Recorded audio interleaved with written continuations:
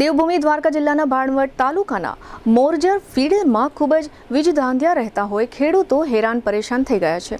આ વીજ ધાંધિયા અંગે ભાણવડ ખાતેની વીજતંત્રની પેટા વિભાગીય કચેરીમાં આવેદનપત્ર આપવામાં આવ્યું છે। આવેદનમાં જણાવાયું છે કે એક તરફ વરસાદ ખેંચાયો છે અને વીજ ધાંધિયાને કારણે પાકને પાણી પહોંચાડી શકાતું ન હોય, પાક સુકાઈ જાય તેવી દહેશત છે।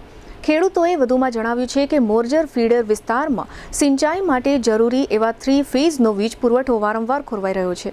આ અંગે તાત્કાલિક કાર્યવાહી કરવામાં નહીં આવે તો આંદોલન ઉગ્ર બનાવવામાં આવશે એવી ચીમકી પણ ખેડૂતો દ્વારા આપવામાં આવી છે।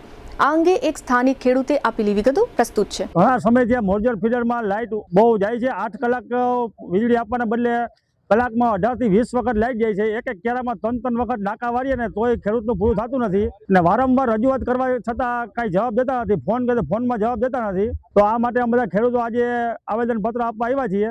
સાહેબે અત્યારે આ પાડી છે કે નિરાકરણ થઈ જાય। જો આ નહીં થાય તો અમે ઉગ્ર આંદોલન કરશું, ઉપવાસ માટે બેસું। બધા ખેડૂતો આજે ભેગા થયા છીએ।